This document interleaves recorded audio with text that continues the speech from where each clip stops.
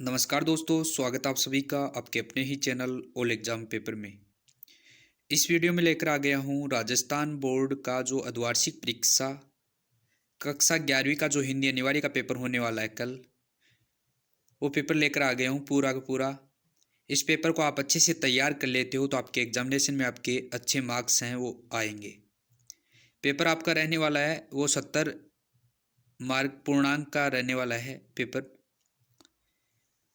और जो भी आपको पेपर चाहिए कमेंट बॉक्स में कमेंट करके बता सकते हैं, आपको जो है इस चैनल के माध्यम से प्रोवाइड करवा दिया जाएगा।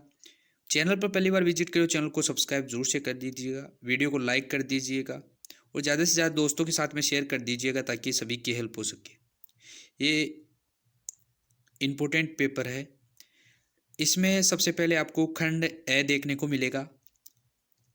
खंड ए में आपको पहला क्वेश्चन देखने को मिला, निम्नलिखित में से ए पठित गद्यांश को ध्यानपूर्वक पढ़कर आपको नीचे दिए गए प्रश्नों के उत्तर देने हैं। तो सबसे पहले आपको ये जो दिया गया है गद्यांश, इसको पढ़ लेना है। ये है सबसे पहले, ईश्वरीय का ही यही अनोखा वरदान है जिसे मनुष्य के हृदय में घर बना लेती है। वह अपने हवाओं से दुखी नहीं होता है बल्कि उन वस्तुओं से दुख उठाता है जो दूसरों के पास है। वह अपनी तुलना दूसरों के साथ करता है और इस तुलना में अपने पक्ष के सभी अभाव उसके हृदय पर दंश मारते हैं। देश के इस दाह को भोगना कोई अच्छी बात नहीं है, मगर ईर्ष्यालु मनुष्य करे भी तो क्या करे। आदत से लाचार होकर उसे यह वेदना भोगनी पड़ती है। एक उपमान को पाकर भगवान को धन्यवाद देते हैं वे उसका आनंद नहीं लेना और बराबर इस चिंता में निमग्न रहना और इससे बड़ा उपमान क्यों नहीं मिला। एक ऐसा दोष जिससे ईर्ष्यालु व्यक्ति का चरित्र और भी भयंकर हो उठता है। अपने अभावों पर दिन रात सोचते सोचते वह सृष्टि की प्रक्रिया को भूलकर विनाश में लग जाता है और अपनी उन्नति के लिए उद्यम करना छोड़कर वह दूसरों को हानि पहुंचाने को ही अपना श्रेष्ठ कर्तव्य समझने लगता है। ये आपका एक गद्यांश दिया गया है। इसमें आपके ऑब्जेक्टिव जो बहुवैकल्पिक क्वेश्चन पूछे गए हैं। जैसे कि पहला क्वेश्चन पूछा गया है, ईर्ष्यालु व्यक्ति किस आदत के कारण दुख उठाता है। तो इसका आंसर हो जाएगा 100 नंबर का, दूसरों की वस्तुओं को देखकर ये दुख है वो उठाता है। सेकंड क्वेश्चन पूछा गया है इसमें, अपनी तुलना दूसरों के साथ कौन करता है। तो ये अपनी तुलना है, अभी अभी हमने पढ़ा है, ईर्ष्यालु मनुष्य है वो अपनी तुलना दूसरों के साथ है वो करता है। आगे पूछा गया है, ईर्ष्यालु अपनी पास की वस्तुओं को आनंद नहीं ले पाता है क्योंकि क्योंकि उसमें लालसा और अधिक पाने की होती है। तो ये आपका आनंद है वो नहीं ले पाता है। इसका राइट आंसर हो जाएगा। 4 नंबर क्वेश्चन पूछा गया है, अपने अभावों के बारे में निरंतर सोचने में ईर्ष्यालु व्यक्ति है। इसका आंसर हो जाएगा आपका दूसरों के विनाश में लग जाता है। आगे 5 नंबर आ जाता है, अपने अभावों पर दिन रात सोचते सोचते वह किसकी प्रक्रिया को विनाश में लग जाता है। तो ये उन्नति की प्रक्रिया में लग जाता है। तो आया राइट आंसर हो जाएगा। इस प्रकार से आपको आंसर है वो देने हैं।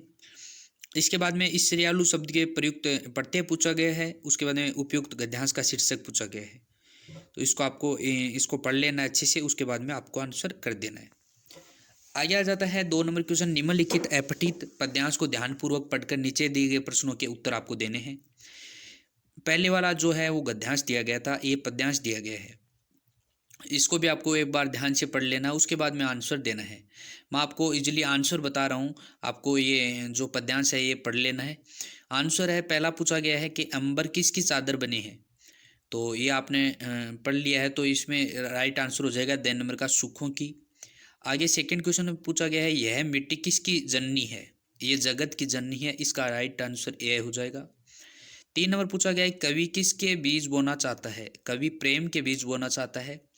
तो इसका आंसर हो जाएगा 2 नंबर का। आगे 4 नंबर पूछा गया है, कवि किस प्रकार के साधक बनने के लिए आह्वान कर रहा है। ये कर्म योग्य योग के लिए आह्वान कर रहा है। तो 2 नंबर का राइट आंसर हो जाएगा। 5 नंबर पूछा गया है, श्याम सलोना क्या पीकर मुस्कुराता है। ये दूध दही पीकर मुस्कुराता है, आपने पढ़ा है अभी। तो अंबर का शाब्दिक अर्थ आपको बताना है, उसके बाद में आपको पद्यांश का उचित शीर्षक बताना है। तो ये आपको खुद लिख लेने हैं। और आपको फुल सॉल्यूशन चाहिए तो कमेंट बॉक्स में कमेंट करके बता सकते हैं, आपको चैनल के माध्यम से प्रोवाइड करवा दिया जाएगा। चैनल पर पहली बार विजिट करिए, चैनल को सब्सक्राइब जरूर से कर लीजिएगा और बेल आइकन को प्रेस कर लीजिएगा ताकि जो भी वीडियो आए वो आप अच्छे से देख सको। आगे खंड ब आपको देखने को मिलेगा, ये 3 अंक का होगा। इसमें आपको जो है पद्यांश की सह प्रसंग आपको व्याख्या करनी है। व्याख्या किस तरीके से करनी है, सह प्रसंग आपको लिख देना है। उसके बाद में जो भी कवि है, पद्यांश में कवि आता है और गद्यांश में लेखक आता है। तो पद्यांश में सह प्रसंग में आपको कवि का नाम लिख देना है और जिस भी पाठ से ये सह प्रसंग व्याख्या जो उठाई गई है उसके बारे में जो उस कवि और उस पाठ के बारे में आपको लिख देना है। और व्याख्या में आपको ये जो दी गई है इसकी व्याख्या आपको कर देनी है। पहले आपको समझ लेना है, उसके बाद में इसकी व्याख्या कर देनी है। 2 दिए गए हैं, दोनों में से आपको एक आंसर है वो देना है। आगे आ जाता है, इसी तरीके से आपको 4 नंबर क्वेश्चन दिया गया है। इसमें भी आपको सह प्रसंग व्याख्या करनी है। इसमें गद्यांश की सह प्रसंग व्याख्या करनी है। तो गद्यांश अगर आ जाता है तो सह प्रसंग में आपको लेखक का नाम लिखना है। उसके बाद में जो भी जिस पाठ से उठाया गया है उस पाठ का नाम लिखना है। और व्याख्या में या आपको जैसे कि ये व्याख्या दी गई है, आप ईमानदार बनने चले हैं, घर में आहे अंधेरा हो मैं जीत हो, अवश्य दिया जलाएंगे, खेद ऐसी समझ पर पढ़ना लिखना और सब अकारत गया है, इसके लिए थोड़ा ही दिनों बाद यह मुंशी बंशीधर इस दुर्व्यवस्था के घर पहुंचते ही बूढ़े पिताजी समाचार सुना तो सिर पीट लिया। तो ये एक आपका सह प्रसंग व्याख्या दी गई है, तो इसकी आपको करनी है। पहले आपको लेखक का नाम लिख देना है, मुंशी बंशीधर। उसके बाद में ये कौन सी पाठ से लिया गया, पाठ का क्या नाम है वो लिख देना है। उसके बाद में इसकी व्याख्या कर देनी है। 2 दिए गए हैं, दोनों में से आपको एक करनी है व्याख्या। उसके बाद में आपका आ जाता है निम्नलिखित प्रश्नों में रिक्त स्थानों की पूर्ति करनी है। 5 नंबर क्वेश्चन में रिक्त स्थान 2 दिए गए हैं। गलता लोहा जो आपने पढ़ा होगा किताबों में, गलता लोहा कहानी में रचित है। दोनों में से आपको 2 दिए गए हैं। शेखर जोशी, मन्नू भंडारी, दोनों में से आपको एक आंसर करना है। आगे मियाँ नसरुद्दीन सब चित्र है। इस तरीके से आपको 2 ऑप्शन दिए गए हैं, दोनों में से आपको एक करने हैं। जो आपके जो पार्ट आपको दिए गए हैं, जो पढ़ाए गए हैं टीचर्स के द्वारा, उसके हिसाब से आपको दोनों में से एक आंसर कर देना है। तो ये इजीली आप कर सकते हैं। इसके बाद में 6 नंबर क्वेश्चन आ जाता है। निम्नलिखित प्रश्नों के उत्तर एक पंक्ति में आपको देने हैं, मतलब एक पंक्ति में देने। एक क्वेश्चन 1 नंबर का है, 6 क्वेश्चन है, 6 अंक के हैं। इसमें आ जाता है जैसे कि अप्पू के साथ 2.5 साल नामक संस्करण किस फिल्म की घटनाओं का वर्णन किया गया है। आगे बंग विभाजन की योजना किसने बनाई थी। स्मृतिबोध विहारों को किसने लूटा था। सुमित्रानंद ने वे आंखें संदेशवाद किसे बनाया था। पति कविता किस काव्य में संकलित है। मीरा पंक्ति किस प्रकार की मानी जाती है। तो इसको आपको एक एक पंक्ति में आपको आंसर देना है। आगे 7 नंबर क्वेश्चन से 2-2 अंक वाले क्वेश्चन आ जाते हैं। जैसे धनराम को मोहन के किस व्यवहार का आश्चर्य होता है और क्यों होता है। 8 नंबर में आपका दिया गया है नमक का दरोगा कहानी का मूल प्रतिपाद अपने शब्दों में आपको लिखना है। और कृष्ण सोबती और सुमित्रानंदन पंत के बारे साहित्य का आपको परिचय लिखना है। जो साहित्य लिखी गई है उसका परिचय आपको लिखना है। 10 नंबर में आपका 4 अंक वाले क्वेश्चन आ जाते हैं। इसमें आपको 4 अंक के क्वेश्चन है।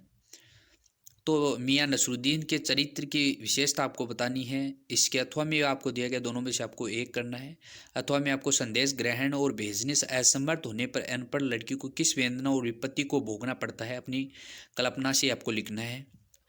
तो ये 4 अंक है। उसके बाद सह खंड आ जाता है।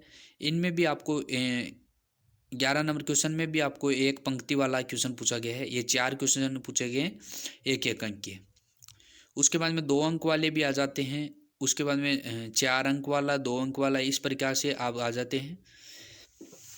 आगे आपका जैसे दया खंड आता है। दया खंड की बात करें तो दया खंड में जैसे 15 नंबर क्वेश्चन में पूछा गया है कि विद्यालय में आयोजित खेलकूद प्रतियोगिता पर एक प्रतिवेदन आपको लिखना है। प्रतिवेदन आपने पढ़ा हो तो प्रतिवेदन आप लिख सकते हैं। उसके बाद में 16 नंबर क्वेश्चन में टीवी के बढ़ते प्रभाव और इससे फैलती अपसंस्कृतिक एक पिक्चर आपको तैयार करनी है।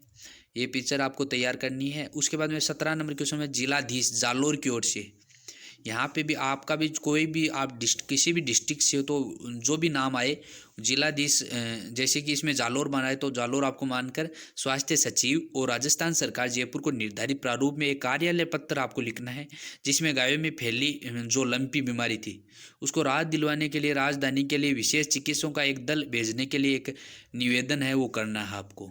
लंपी जो बीमारी थी फैली थी गायों के लिए, जो बहुत गायों को जो है नुकसान पहुंचाया है लंपी बीमारी ने, उसके बारे में आपको ये एक है जो है पत्र लिखना है।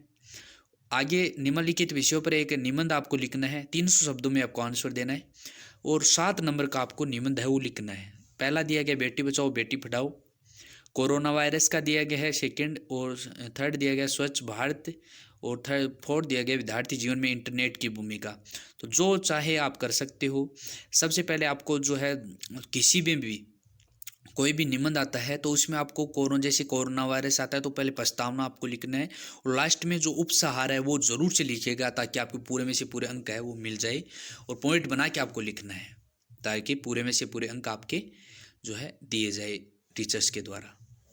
तो इस वीडियो में इतना ही, पूरा पेपर मैंने बता दिया है। क्लास 11th का हिंदी का पेपर, हिंदी अनिवार्य का आपका पेपर है वो बहुत ही अच्छा होने वाला है। बेस्ट ऑफ लक पेपर के लिए, और जो है अच्छे से तैयारी करके जाइएगा। और जो भी आप जो है सॉल्यूशन चाहिए तो आप कमेंट बॉक्स में कमेंट करके बता सकते हैं।